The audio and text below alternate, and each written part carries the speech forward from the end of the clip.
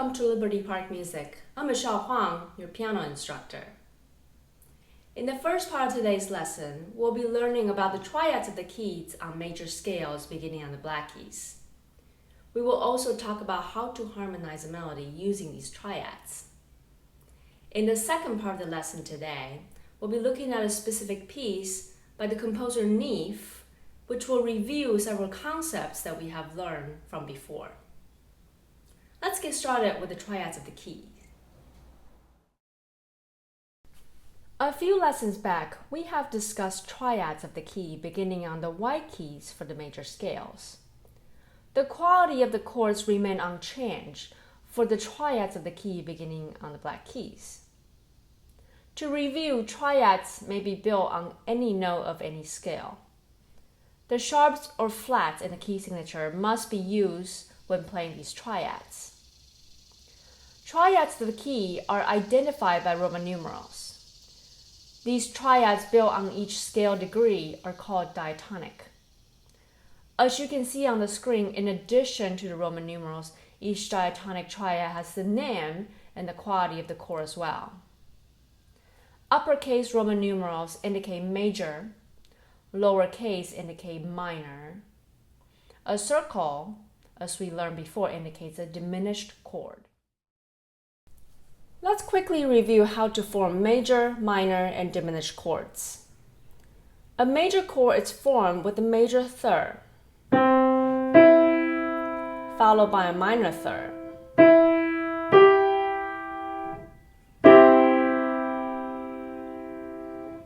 A minor chord is a major chord with lower third.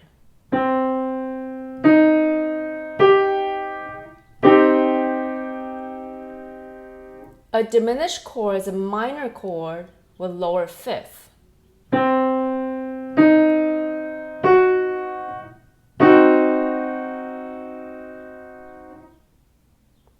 What's shown on the screen is in D flat major. Let's play each triad of the keys once. Major 1, minor 2, minor 3, major 4, major 5, minor 6, diminished 7, major 1.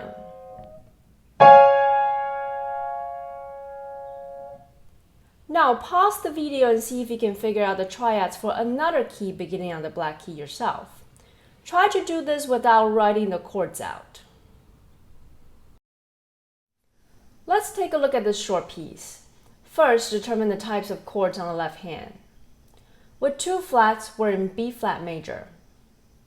The first chord is a major tonic chord.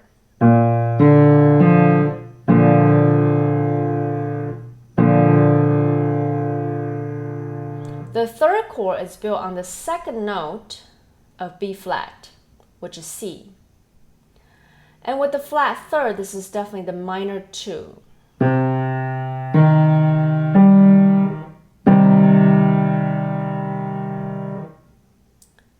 The next chord looks like it's missing a note in between the lower 2 notes, which means the chord is supposed to have 4 notes. This suggests that it's some kind of dominant 7th chord.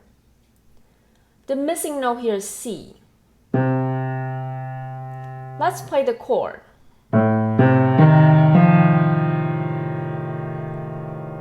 Now we will rearrange the notes so the 4 notes are stacked on top of each other, a third apart. Since the bottom 3 notes are already stacked, simply move the top F to the bottom.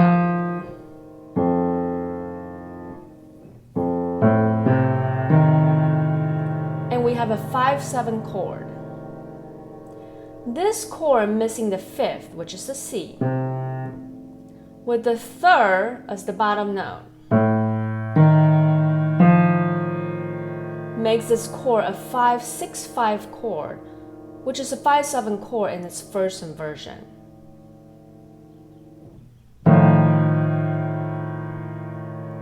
Back to major tonic. The second line repeats the first line. Major tonic.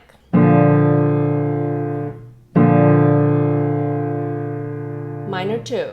5, 6, 5. 1.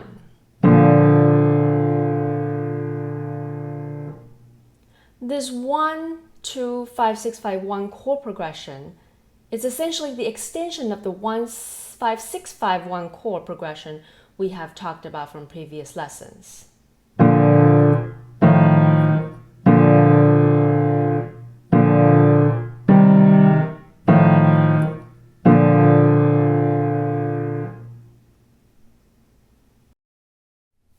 Let's play the right hand once.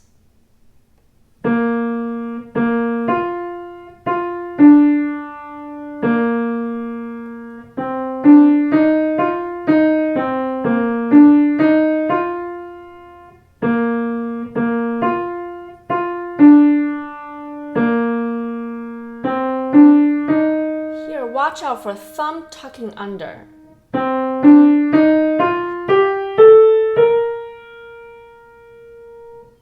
Now, let's put hands together. Remember to lift the left hand in between chords and keep the right hand connected.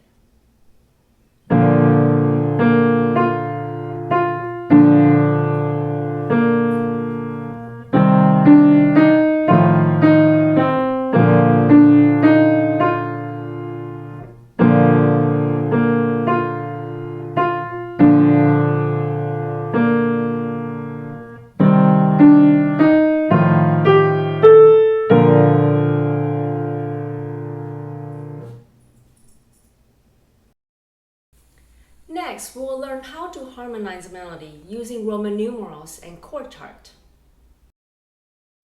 Two different notational systems can be used to harmonize a melody. One is Roman numerals, one is a chord chart. Roman numerals are often found in classical music when the purpose of the Roman numerals is for analysis. Chord chart, which consists of letters and numbers, can be found in jazz, which is to facilitate figuring out the chords quickly for playing purpose. In this harmonization exercise, we will harmonize a melody using Roman numerals as indicated on the music. Let's see if we can figure out each chord without writing the chords out. First, determine the key. 3 flats were in E flat major. First chord is a major tonic.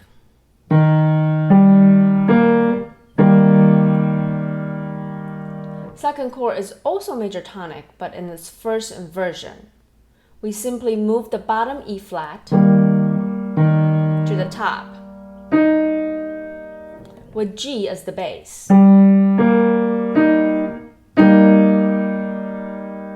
The next chord is a 5 chord, which is a B flat major chord, 5th note up from E flat.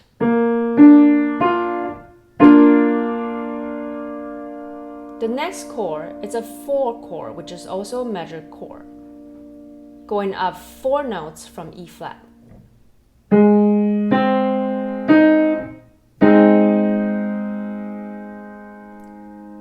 Moving back down to 1/6 with G as the bass.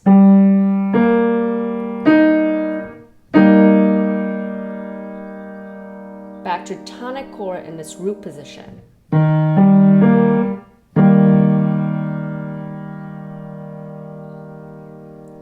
The second line we move up to minor 2.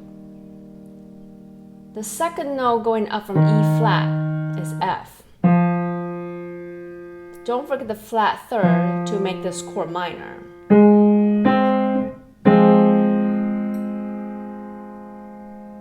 Then 5/6, the dominant chord in its first inversion. Let's go ahead and form the dominant chord first.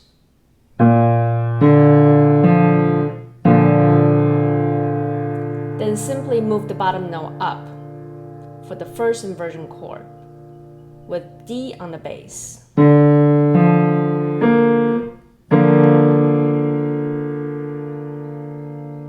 Back to tonic. Now we go to minor 6. Sixth note up from E flat is C. So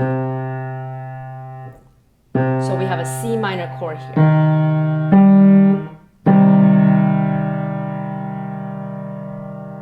The first inversion of minor 2 with the bass of A flat.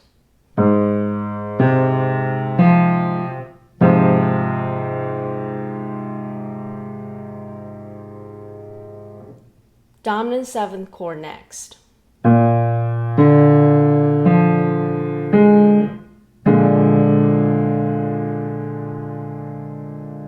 Back to tonic.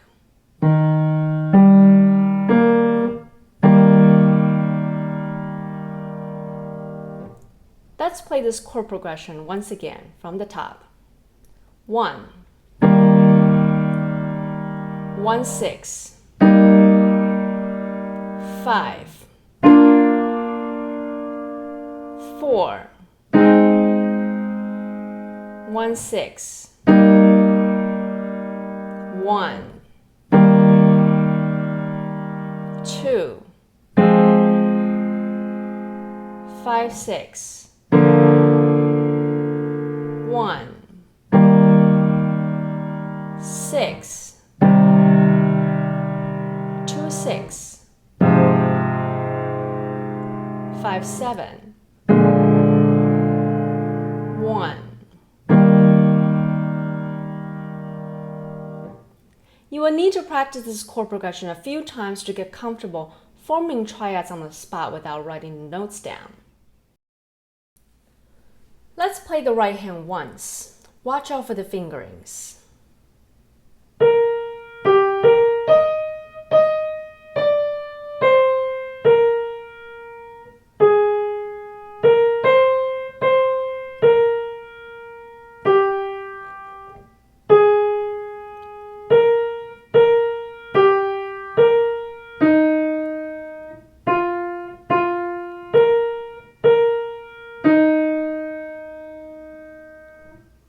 Now let's put hands together with the harmonization on the left hand.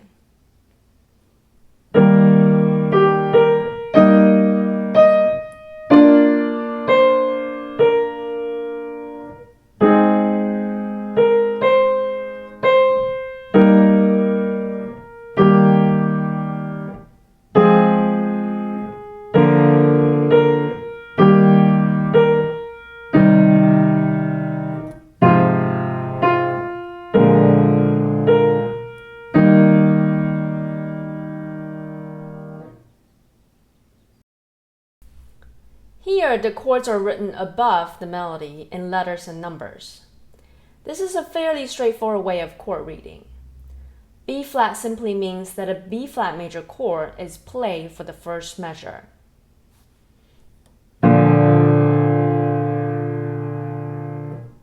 The second chord means that another B flat major chord is played, but with D on the bottom instead of B flat, which means it's a B flat first inversion chord.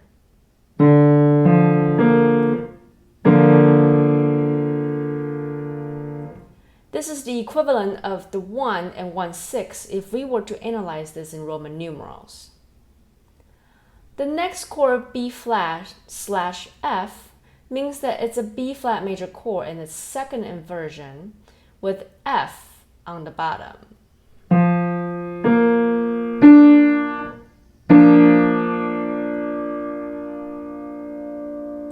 F major chord is next. Then F7, or a 5/7 chord. Back to B flat for the next 3 measures.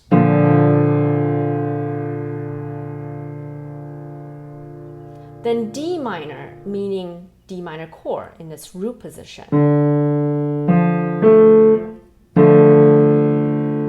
GM stands for G minor chord.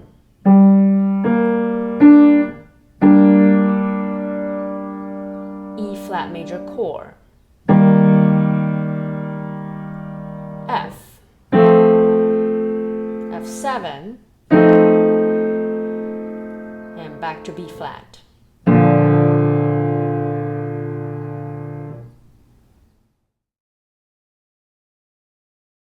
Let's put hands together.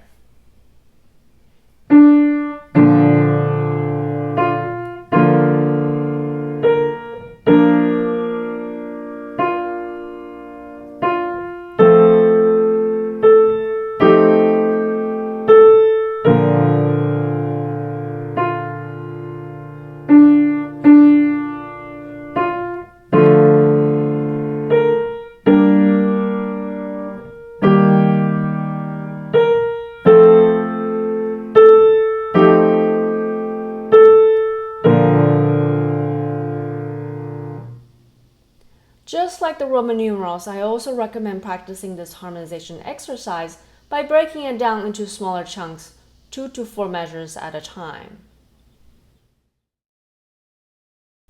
Comparing the two types of harmonizations that we have just talked about, some prefer to harmonize with chord chart instead of Roman numerals simply because it does cut out an extra step of determining the scale degree of the triad before the triads can be built.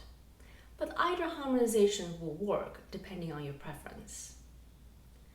In the second part of today's lesson, we'll be looking at a specific piece by the composer Neef called Dance. This piece will review several musical concepts that we have learned before, such as articulations and moving hand positions. Take a look at the piece closely and observe the musical details such as key signature, time signature, clef changes, and repetitions of patterns.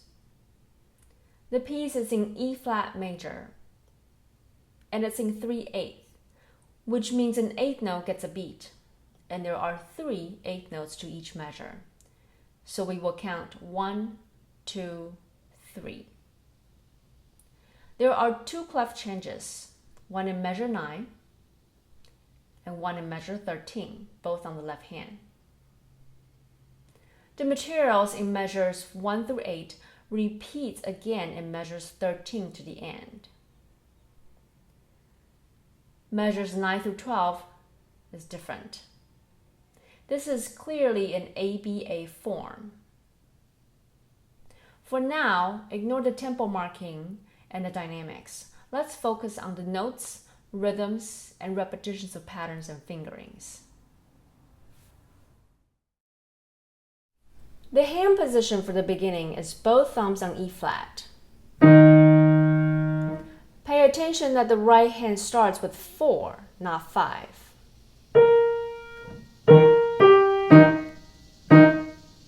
Then the left hand opens down to play A flat. The right hand thumb moves down from E flat to D. Then back up to G. A word of caution about articulations. Notice the right hand begins with legato, while the left hand plays staccato.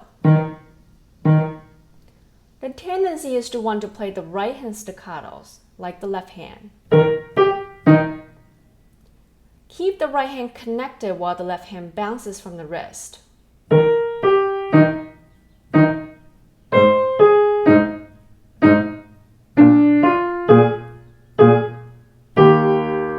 Here in measure 4, remember to hold the left hand for a full quarter note value and pick up right at the 8th rest.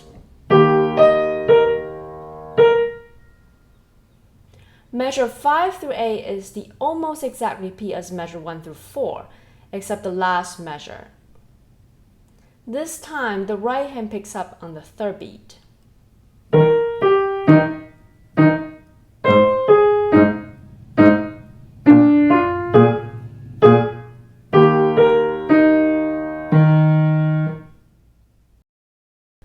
Section B begins with the left hand moving up to the treble clef. Both hands play the same pattern in measure 9 and 11, followed by right hand scales. Here, watch out for the 3 crossing over the thumb on the right hand. Remember to transfer the weight from 1 to 3.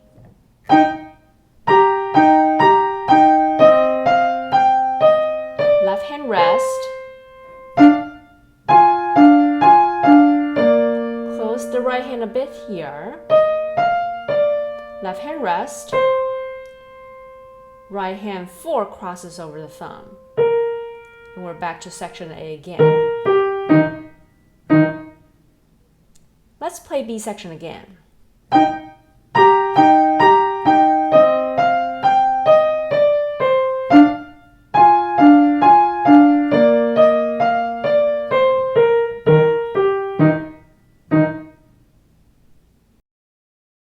A few reminders before we play the piece at its entirety. Stick to the fingerings given to you in the score. Some will require thumb crossing techniques and open-close hand positions. Pay attention to the 2 different articulations played by the hands simultaneously. Watch out for clef changes. And be mindful of where the rests are, not to hold the notes longer than indicated. Let's play the piece together.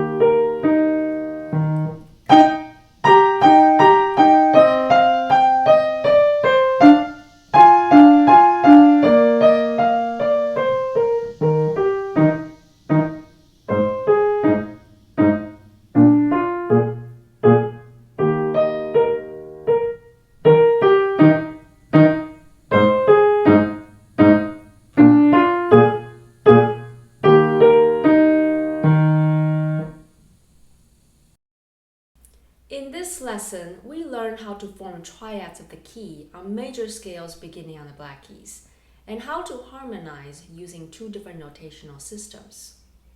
We also looked at a piece by Neef to review several of the music concepts that we have learned before.